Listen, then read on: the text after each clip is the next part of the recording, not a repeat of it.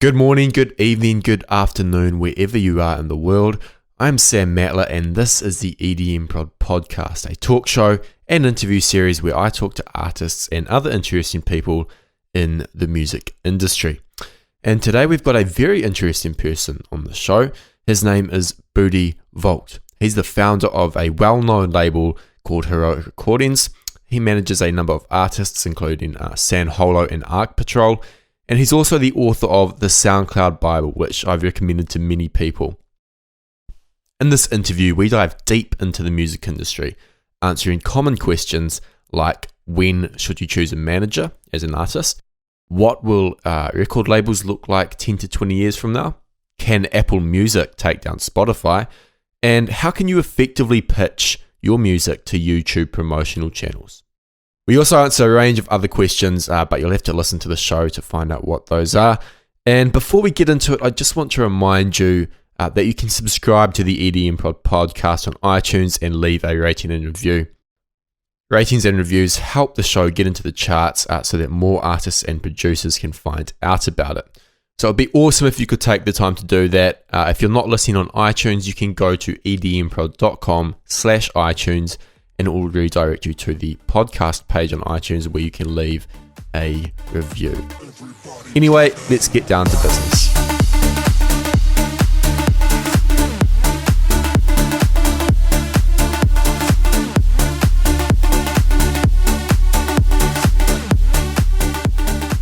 Hello and welcome to another episode of the EDMProd podcast. I'm Sam Matler and with me today is Budi Voogt. Budi is the co-founder of Heroic Recordings and he's also the author of the Soundcloud Bible. Budi, how's it going? Doing very well. Pleasure to be on the show. Thank you for having me. Oh, it's fantastic that you're here. Now, I'm really excited for this episode because of many reasons, but one of them being that you're an incredibly interesting guy. You run a label, you manage quite a few artists and a number of other things. And I mean, for one, I don't understand how you managed to fit it all in. But how did you get started? How did you get started with the label? And how did you get started in the music industry in general? Sure, good question. I guess it started for me about 4 years ago, back when I had just started studying business administration at Erasmus University here in Rotterdam, the Netherlands. And I wasn't super passionate about university, but I had figured out I was really looking for what I wanted to do, what was my purpose. And I'd settled on I want to run my own business. I started following all these courses, these workshops at our Chamber of Commerce, which is like the government institute for entrepreneurship. And at the same time, my best friends had started producing music. They downloaded Fruity Loops and started making house. Electro house at the time, very Bloody Beetroots inspired. And they put this up on SoundCloud, and I think within 2 weeks they got 20,000 plays. And this is back in the day when SoundCloud was like in its infantile stages, you know. So they were probably amongst the top 100 artists at the time, just through this one track. And it was completely uncalculated, it just happened.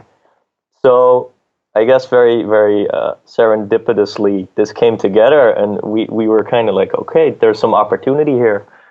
And since I was so focused on starting a business, I was like, guys, you know what? You guys should do this, like officially as a duo, and I would start managing you. And that's how we started. And these guys are actually who now are Duct Tape, whom we're about to roll their debut album out of. Mm-hmm. And from there, I started an agency, began signing more artists, and I had the opportunity to work with a partner who was tour manager for Sander Kleineberg at the time. Oh, wow, okay. Yeah, and I was still super green, so I really didn't know what I was doing, right? That was already a huge opportunity in itself. And I think I did that for about a year and a half whilst doing my studies, and then we had about 4 artists, and then I really figured out, okay, it wasn't the best workflow I was in with this partner. So I bought him out of the company. We split our ways, also split the artist. Mm-hmm.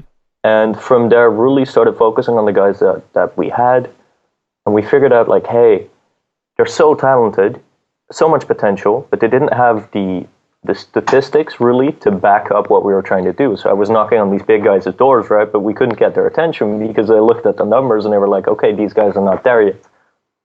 And that's how we decided to start the label, because we figured, hey, why not do it ourselves? Learn how to leverage the internet, then generate the hype. And that's what we spent the last 2 years doing. So when you decided to start the label, did you have any idea of what that involved? Or was it kind of just, a learn as you go type of thing?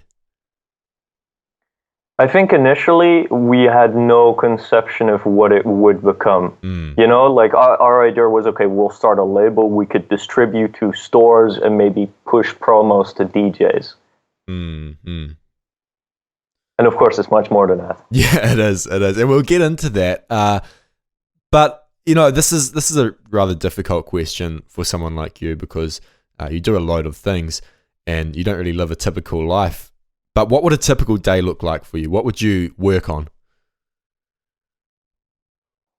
Typical day for me would be, well, I have to say I'm becoming increasingly habituated to certain routines. So there's a few things I do personally which are very crucial to me, and a few things I do just on a business sense that are also very crucial to me. And then the variables, of course, depend on what's on my plate for the day, right, or for the week or whatever. So usual day would be wake up early, meditate for 15 minutes, maybe more, spend half an hour reading, always, and then I start working. And always when I start working, I try and kill the big dragons first, And since there's a mix of things, we now have a team at Heroic. We just moved into our new offices. So a lot of it would be making sure everyone's on the same page and everyone's chasing the thing that could be most important for them to tackle. So there's a bit of direction there that I try to give, integrate that into every day, to make sure the team is very, very well in tune. And then from that, it would be negotiating deals for the artists, whether those are label deals or otherwise, outlining marketing plans for the record label, making sure we have release timelines, schedules are up to date, etc. Talking to our agents, especially for Son, who is now getting to the point where we're really going to tour, like worldwide. So a lot of my work is going into understanding that now and coordinating it. And then from there, I don't know, I think I work until 7 or 8 every day, then hit the gym or go running, and then more reading and back to bed. All right, fantastic. Very interesting. I'm willing to bet that a lot of people listening to this have no idea of how the music industry works. And if they do, it might be a very kind of basic or uneducated idea. So I think it would be great to sort of unpack that a bit. And, I know that a lot of producers are kind of unsure of what a record label really does. Could you explain the role of a record label beyond just putting tracks up on Beatport and iTunes? Sure, absolutely. So I think first and foremost, what a record label can allow you to do is for you to accelerate the growth you're looking to achieve. So the bare necessities will be pushing to digital service providers, so DSPs like iTunes, Spotify, etc. But those are really the bare necessities. I think where a record label could make a difference is through playing a supporting role, through connecting the artist with different artists, through pushing a record with marketing.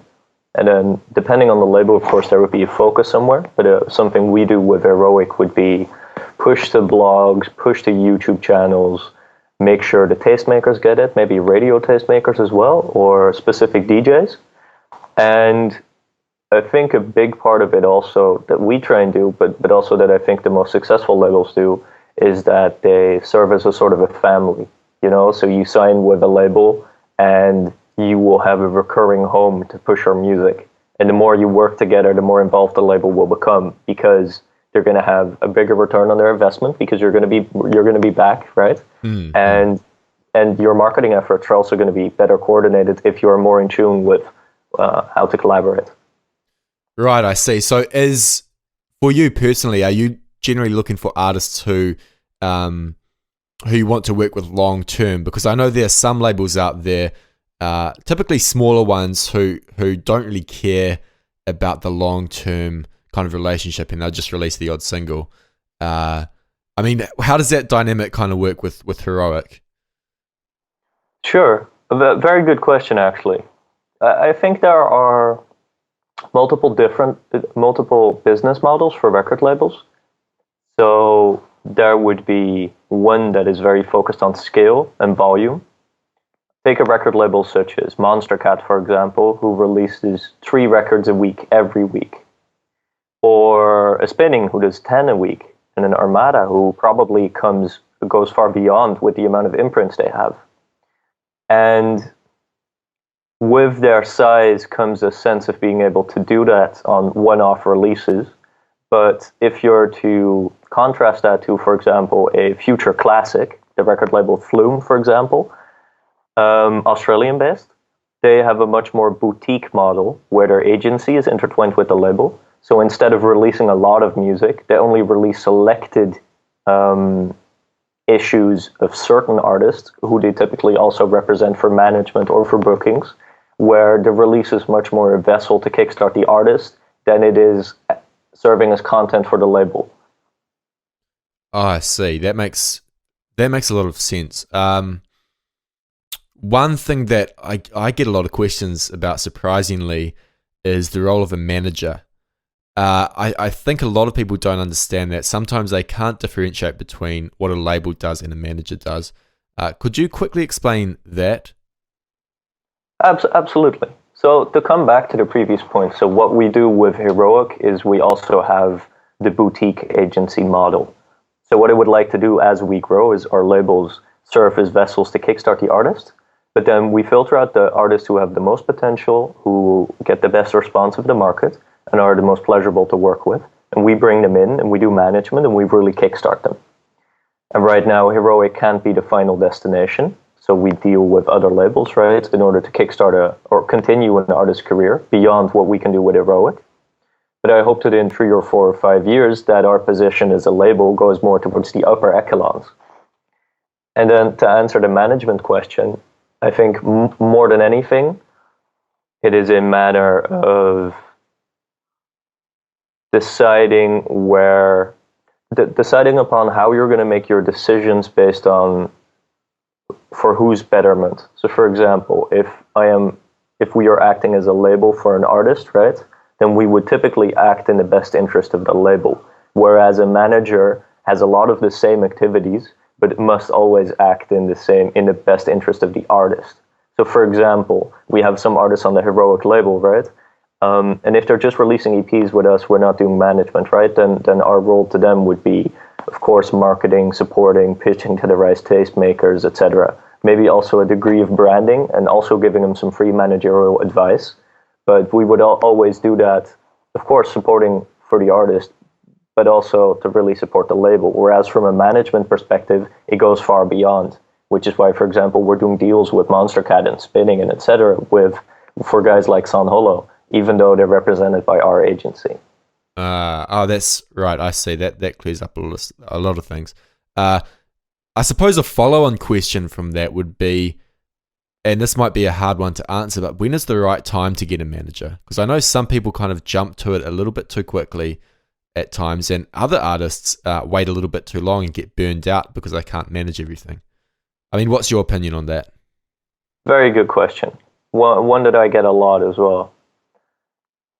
I think we could take this beyond just managers. We could take this to booking agents and representatives and publishers and etc. Personally, I feel that if an artist independently is unable to generate enough traction that music business professionals come to them asking to work with them, if you can't reach that stage independently, then you're not ready to work with one of those people. Unless you are in the very lucky position that you have a capable individual around you, whether that's a very good friend that's incredibly business savvy, or you have a friend who works in the music industry, then it might be worthwhile to start working together from the early stages. But typically what we find, and especially over time in these past 4 years, right, working with so many different artists, is that I found that only the people who manage to generate traction themselves are typically the people who are capable enough of accelerating that once they work with a manager or a publisher, etc. And the reason I say that is because of this. For example, recently I got an email from a good manager friend of mine, and he has an artist not doing too well, but is super talented, and he was asking me, hey, how do I go about finding a publishing deal? And from all my experience, I know that a lot of people, and also us, we've had the fallacy of signing with a publisher, taken in advance, far before we had that moment of traction, where we had enough hype and things going on.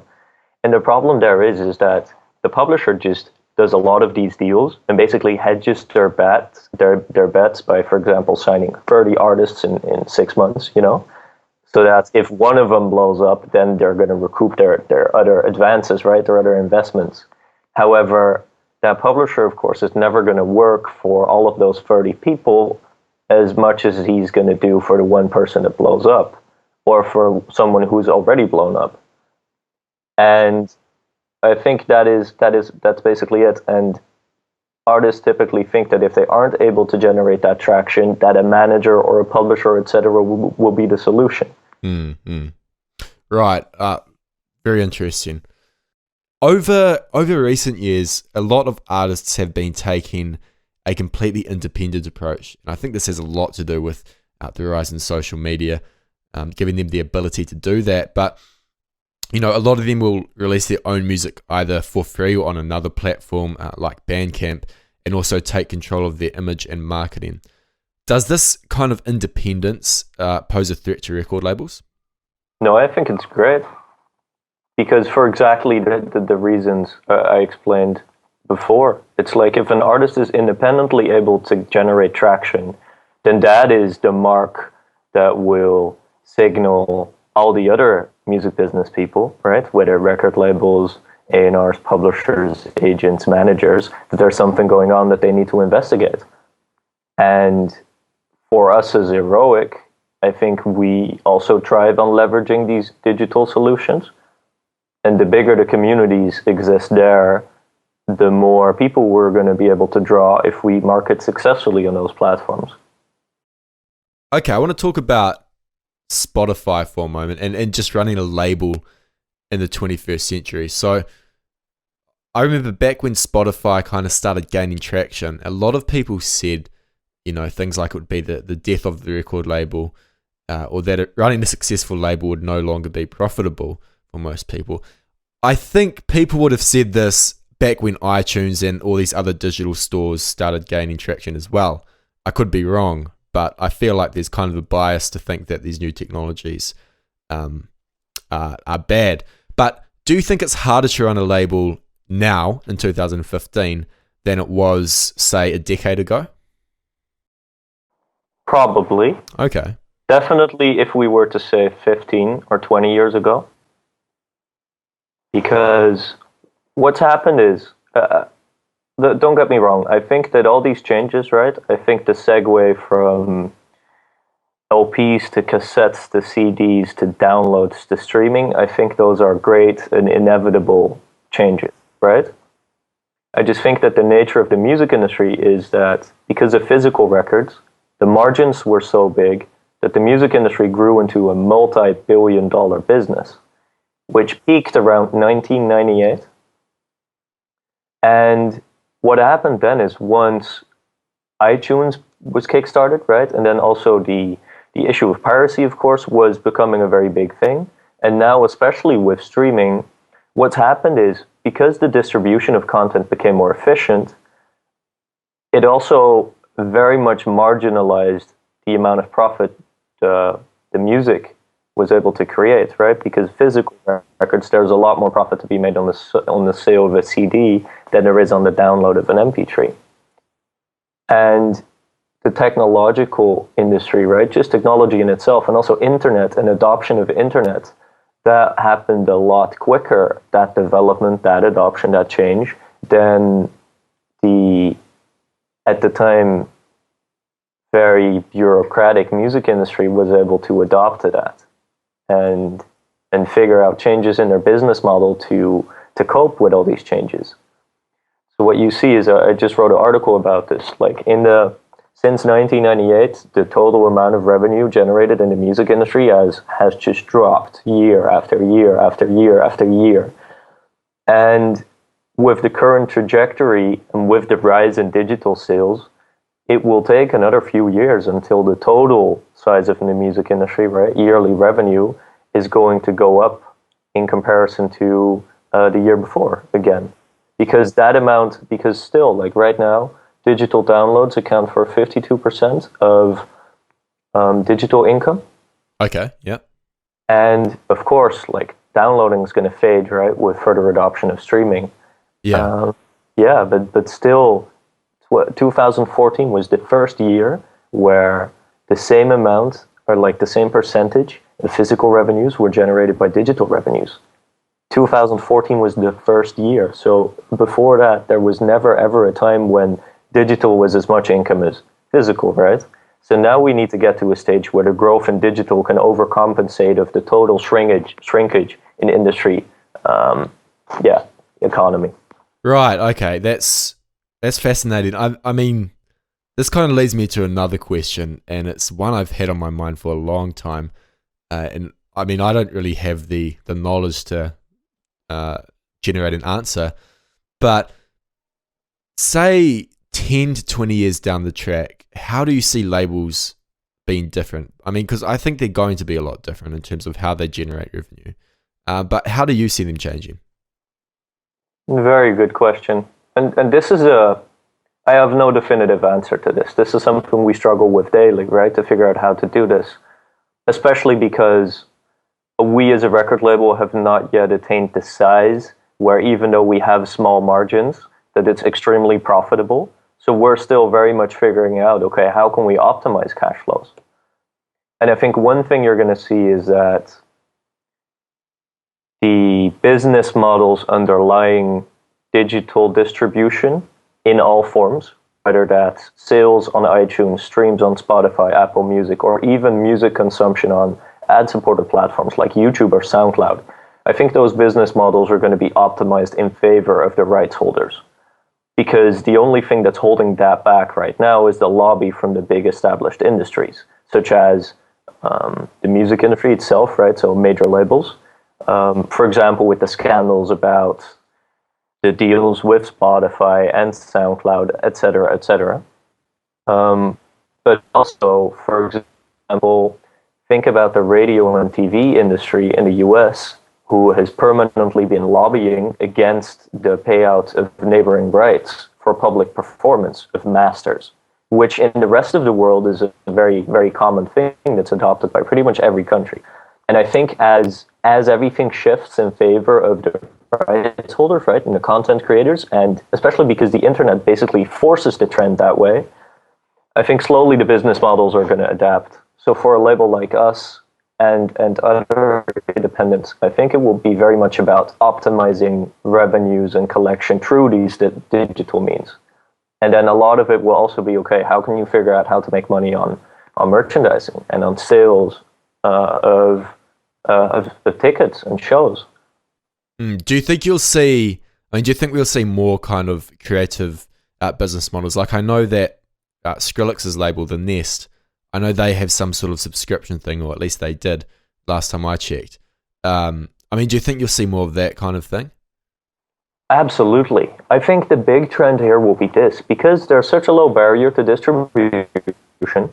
I think music will become, the spread of music is going to be easier and easier and easier and easier. And with that comes an inherent sense of virality, right? And some things will just go viral and artists can accelerate quicker. Take Son Holo, for example, right? We did more than 150,000 followers in a year. I think that would never be possible 10 years ago, you know? Simply because the infrastructure wasn't there to do that. And what that will also do is, because there will be less money made on the distribution of content, I think what creators will do and record labels, such as Owsla, the label of Skrillex, who own Nest, but also what we're trying to do is trying to figure out ways to bring our fans closer, to offer a more personal community aspect to being a fan, right? And then figuring out ways to monetize that. So Owsla has a paid subscription model via the drip.fm, which is an awesome company. And we actually have something like that ourselves, which is called The Ring. We're now developing proprietary software to really customize it into the heroic flavor. And what we're trying to do and what they're trying to do there as well is, okay, so fan support on a regular basis, right? So $10 a month, and in our case, $5 a month. And in turn, you get access to all our catalog and a chat room, and you can talk to the artists and etc. So even though streaming wouldn't mean cash out of a hand immediately, right? Because you pay a subscription, for example, for Spotify, what we're hoping is that we can get people who are so close to our brand, our core followers, that we could give them such a value proposition that they're willing to support us directly. Yeah, no, that makes a lot of sense. And I didn't actually know about that you were doing that, but that's awesome. You mentioned Apple Music just in passing. A lot of people have been saying, it's going to take down Spotify. I don't really know what to think. As a professional, do you have an opinion on this? Do you have any idea of where it's going to go? Sure, absolutely. But first and foremost, out of my experience trying Apple Music now, I don't think the experience is great. I think the user interface is very non-functional, and it's definitely not on par with Spotify yet. But with the sheer amount of resources that Apple has, that's probably going to be fixed in the coming months. Now, in terms of whether it's going to beat Spotify, I think that Spotify is very deeply rooted in Europe.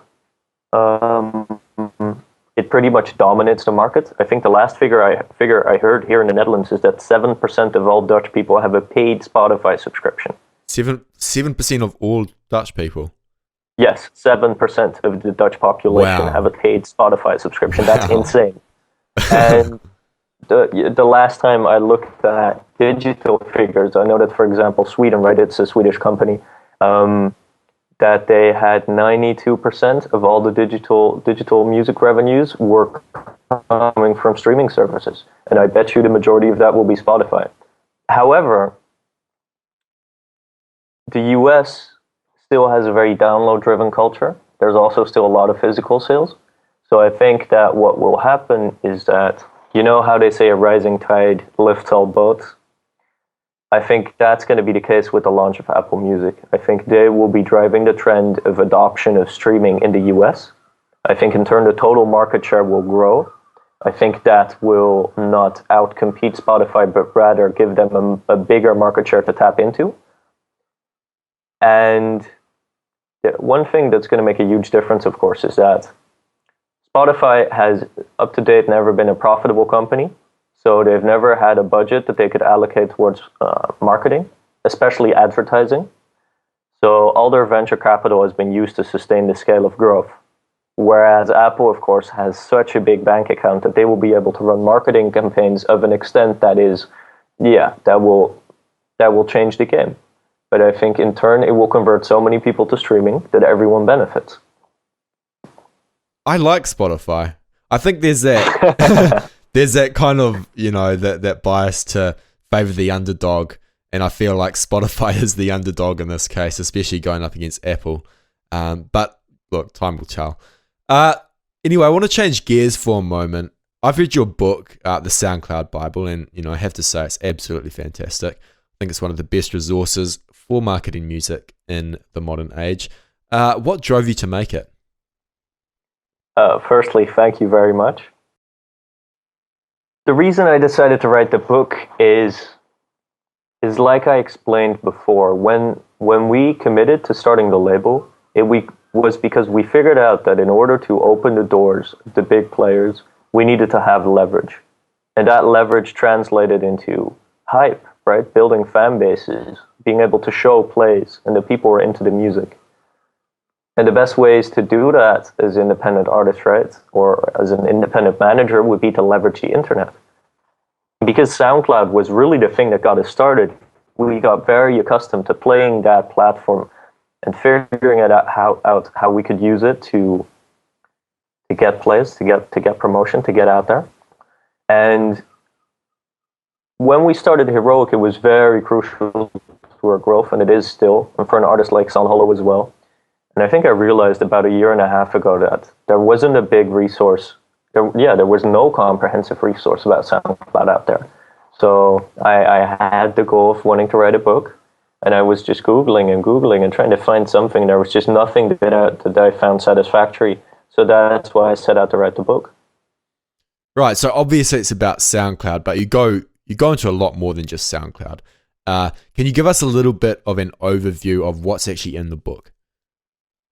Sure, absolutely. So my goal with the book is for it to be a guide that is applicable to both rookies, first-timers, and to veterans. So if you've never used SoundCloud, I want you to be able to pick up the book, read through the book, and then during your first use of the platform, you'll be able to recognize everything, know what to do, how to set up your account, what all the capabilities of the platform are that you can utilize. But at the same time, I want people who are already veteran users to see that and maybe think, hey, I already know this. But then we get into the real nitty-gritty, the stuff that makes the difference, which is not how you set up your account, but it's rather, how can I develop a content strategy? How can I use SoundCloud to promote my music? And how can it be a tool that will help you to create further exposure through blogs, YouTube channels, etc.? So I suppose, in a sense, it's almost an all-in-one guide to marketing your music. I mean, could you say that? To an extent. I do feel that there is a lot more that isn't included in the book, but it simply goes beyond the scope. I think it is enough to get started with building an online presence, really dominating SoundCloud and getting the most out of it. But I'm actually right now, I'm working on my next project, the Music Marketing Academy, which is basically by popular demand, by people asking me all these questions that also go beyond SoundCloud and me wanting to give a much more in-depth approach to everything about music marketing. But as a starting point, the SoundCloud Bible is definitely what I intended it to be. You know, you could read that 2 days and just get started and kick ass on the platform. Right, for sure. This kind of leads into the next question in some ways. One common struggle that a lot of producers encounter is the business side of music. And, you know, there are a lot of artists out there who all they want to do is make music, but at the same time, they want to build a career out of it. And to do that, you have to do more than just make good music. And, you know, what advice would you give to an artist who feels like he or she just doesn't have enough time to focus on promotion and marketing and their image or brand as well as music? Sure. Great question. One that I encounter a lot too. I think this is a very difficult subject because ideally, of course, you would want the artist to be fully focused on their craft, which, for example, is what I'm looking to achieve when I do management for certain artists. But I also think that, like we discussed earlier, that artists need to get that point of traction first, where they can properly attract people who could help represent them. And that is not per se because they need to continue marketing themselves after they have a manager on board or a PR agent or whatever, but rather also because it gives a sense of understanding of the marketplace and of how to do that.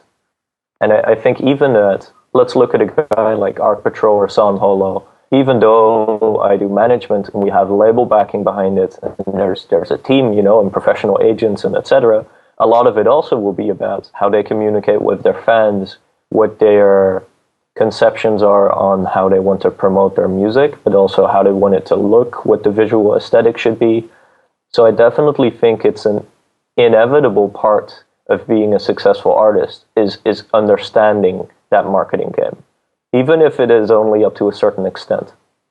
This kind of relates to another question, though, which is that a lot of people, especially on social media and in production forums, use the phrase "good music markets itself," typically in response to people who will ask a question about marketing or how can I get my music out there. I mean, at times I've agreed with this, but, you know, in some respects I don't. What do you think about it? I think the answer is yes, but there should be an annotation. I think good music markets itself after it's been exposed to X amount of people.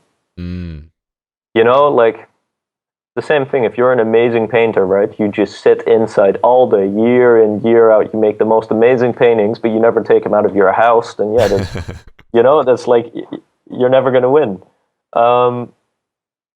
So I think definitely music makes the difference. But this is, I think there is mediocre music that is very well promoted, so it does well. I think there is. So why does it do well if it's mediocre?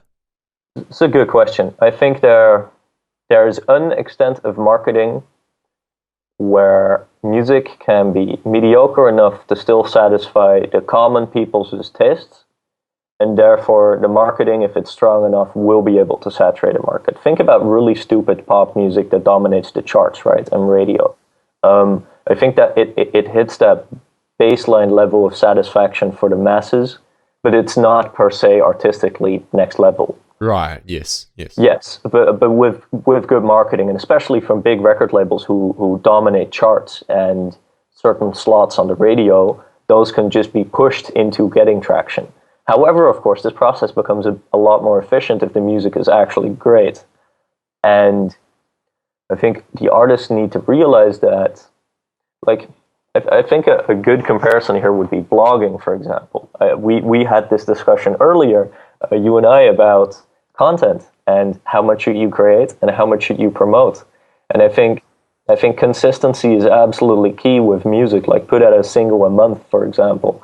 However, if you're not putting in the effort to market that single, and if you think marketing just means uploading on SoundCloud, then that's an uphill battle.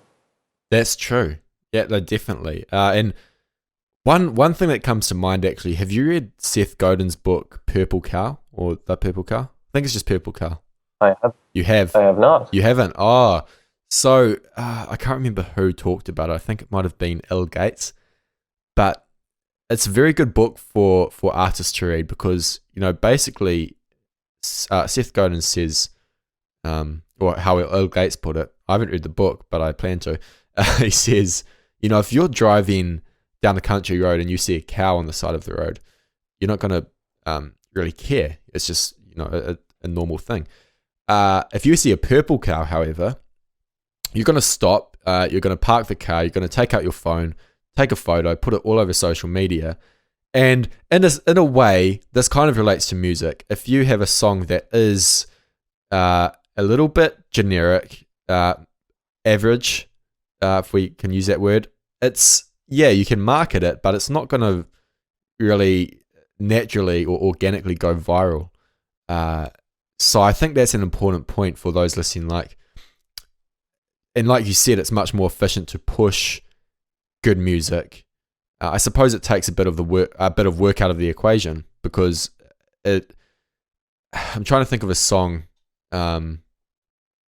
recently that came out that I shared. I can't think of one in particular, but there are songs I listen to where I just feel compelled to share it on Facebook, with my friends. Mm-hmm. And I feel like, you're going to say something? Yeah, so I think we're touching on a very important point here. Sure. I think that what a lot of producers do is that, especially when just starting out, right, when they haven't really found their signature sound or style yet, I think, and this is very logical, this happens in whatever expertise you're in, right? Whatever, your profession. But you look at the big guys and you think, hey, what are they doing? And then you try and mimic that, your idols, etc. And as a result, of course, your music shapes sort of to what you are trying to mimic. And I think only after you hit a certain amount of practice hours, right, and an extent of mastery, and I know this is something you know a lot about, that you get the skill set that allows you to be fully creative, but then in your own sense. And what I have found is that the artists who do best are, of course, they're artists who technically have reached a certain level, but more than anything, they're artists who, through hours and hours and hours of practice and experimenting, have found a sound and a style that is uniquely theirs, instead of an attempt to sound similar or as good as the person they're looking up to. Yeah, and that in turn allows them to build a fan base because their music is uniquely theirs. For example, you listen to Arc Patrol music, one of our management clients, you immediately hear it's Arc Patrol. You listen to Son Holo, he's got his signature sound, you know it's Son Holo. And they didn't have that at the start until they reached a point of practice and hours in and etc. that they found, hey, this is my thing. And that's where they became the Purple Cow. Right, definitely. As a label, do you help develop that signature sound, or is it more, hands off and let them do their own thing? We're definitely involved, but more and more, very much depends on the artist as well. For example, Son Holo is such a well-developed musician, right? He's gone to conservatory, he's been making music 10 years, 5 hours a day. So he's got a very strong sense of direction. So our feedback, and we're definitely involved in the musical process, would be more of a reflection of what ideas we feel are good or what are not, or to give some suggestions of, hey, try this in the break, change the verse, whatever. But it's much more a reflection, like a mirror, quality control, than it is for other artists. But we have some other artists who are still very much developing where our role is much more direction, is much more providing direction.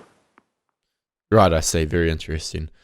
Now, you've talked a bit about how powerful YouTube promotion channels can be, and you've actually written a guest post for DJ Tech Tools, I believe, on how artists can best approach these kind of channels. But for those listening to this, what are some of the biggest mistakes that artists make when reaching out to promotional channels to pitch their music? Great question. I think these YouTube music channels are great simply because it's a new thing you can tap into. They have great audiences, some of them. Pitching them is a craft in itself. I think the one thing that's going to make a world of difference is developing relationships with the people who run these channels. And they're typically very young kids, between 15 and 20, who have just stuck to being very consistent with their channels. And with a little bit of effort, you'll be able to find a majority of them on Facebook or their personal email addresses. And I think if you were able to establish a relationship there and approach them not with a sense of, hey, can you support my song, but rather with, hey, how are you doing? What are you up to? Love the channel. Would love to hear your story, and then talk a little bit about yourself and really try and foster relationships that's founded on interest in the person and a long-term collaboration rather than on your self-interested wish for them to support your one song. I think that's at the core of successful pitching. And then from there, it's learn how to write a successful email pitch. Always start with, hey, first name, hey, Peter, hey, Paul, etc. How are you doing? Shortly summarize your music, 1 or 2 paragraphs, add a streaming link, a private SoundCloud link, add a download link in there. Do not use an attachment on the email, rather send a Dropbox or Google Drive link, and be very forthcoming and very specific about what you want. And don't send them bootlegs, don't send them unofficial remixes, don't send them mashups, because they need to have the rights to all the music they upload. Right, definitely. Would you give the same sort of advice for those same artists pitching labels or other artists in terms of support? Yes, this is 100% uniform. And there's a few other tips I'll give. I think number one is, if you want to increase your odds of successful pitching, is that you need to be very specific about your value add to them. For example, we are now in the process of pitching the Duct Tape album, and we're writing to written logs, and we might say, hey, hey Peter, hope you're well. Explanation about the album. Then we might say, we'd love to get you involved in this release, potentially with a premiere of this track, pre-release, and then a feature plus an exclusive quote when the album comes out on this date. You could listen to the album here, download it here, let me know which tracks stand out to you. Thank you. It's very specific, right? There's no way if someone reads that email and wants to respond, he wouldn't know what to respond to. Yeah, and also the very proposition is very, very concrete. It's like, okay, they're going to get a premiere on a track plus a feature and an exclusive quote by the artist. That's very different than sending them an email and saying, hey, we have this album coming out, let me know what you think. Yeah, no, that makes a lot of sense. That's not actionable. And another thing is, you want to make sure that you email the right people for the right thing, right? So if you're emailing the editorial of hip hop at, I don't know, Billboard magazine for your next progressive house track, then don't be surprised they don't respond. Yeah, yeah. And if you have no prior relationships with a record label, for example, right, and they're very explicit about having a submission system. For example, for us, right, if you have no relationship with us, but you still send an email to me personally, and it's a demo, then I'm going to say, yeah, you should just submit via our demo system, because we're very clear about we listen to everything. Mm. Oh, that makes a lot of sense, and I think a lot of people need that advice. Because I mean, it's kind of funny you mention make sure you're sending it to the right people, because I've had people send me demos, and I run an educational website. I don't promote music, so it's yeah. I'd fully endorse that. So I've got one final question, and it's about SoundCloud, which you clearly have a lot of knowledge on, considering that you wrote a book on it. And there's been a lot of drama surrounding SoundCloud, especially recently. Some people think that it's absolutely doomed, that it's going to shut down in the next year. And other people are simply a bit concerned. And I mean, rightly so, because it's such a big platform. Do you think SoundCloud is under threat? Do you think a different platform could rise up and take its place? Good question.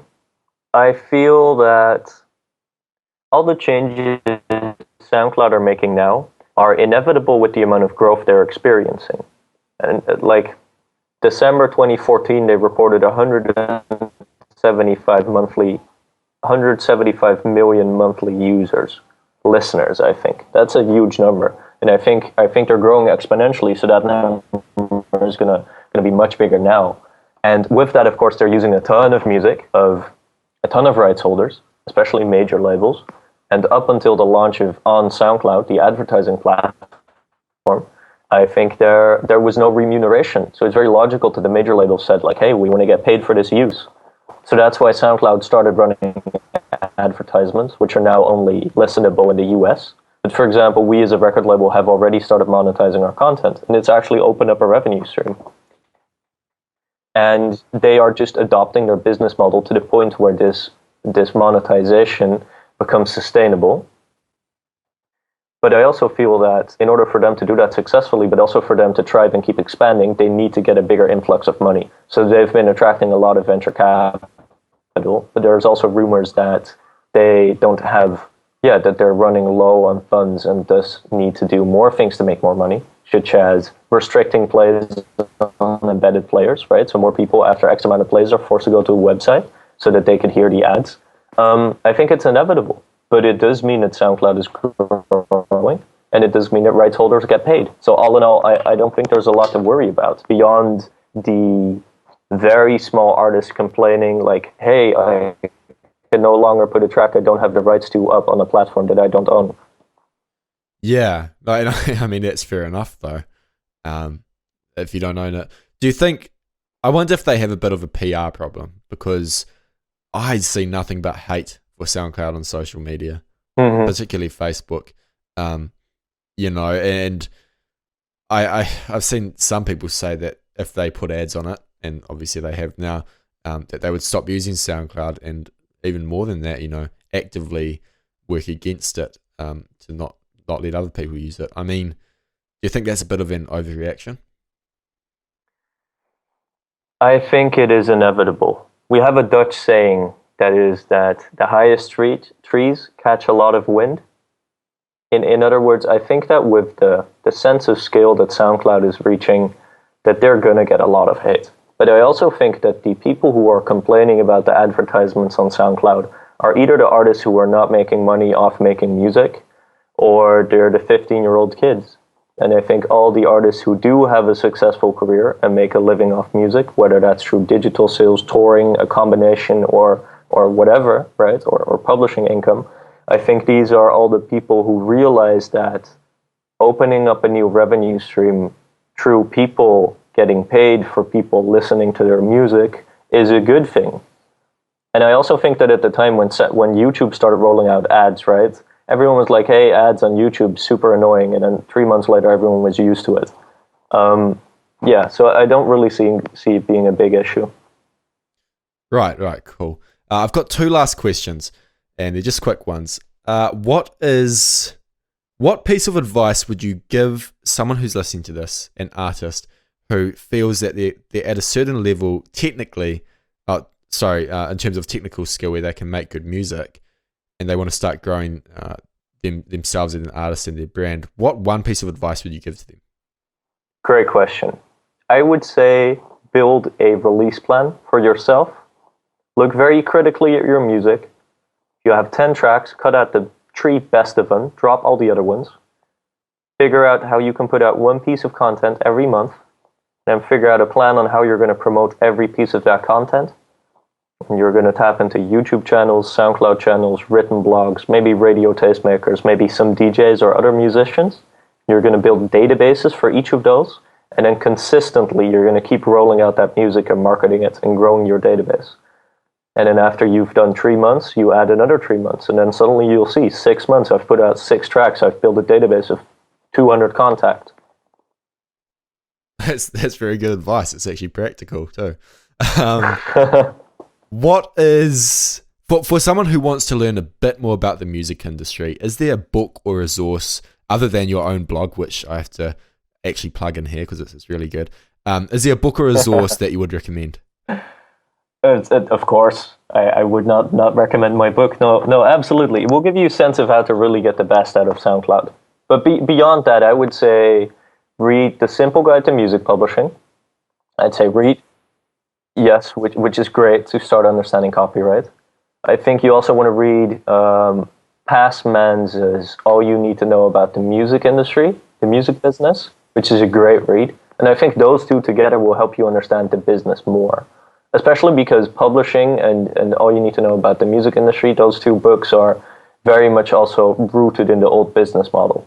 And if you understand that, then you will also understand what all the commotion is about. Right, I see. Well, it's been an absolute pleasure to talk with you. And thanks for sharing wisdom and insight into the music industry and also what you do. But before you go, where can people find you online? They can find me on my blog, which is budivoogt.com, and they can check out the SoundCloud Bible at soundcloudbible.com. And I have recently started a Twitter account and a Facebook page, so if you were to look there, I'm sure you would find me. Fantastic. Well, thanks again for coming on, and I hope you have a fantastic day. Thank you very much, Sam. It's been great. Great.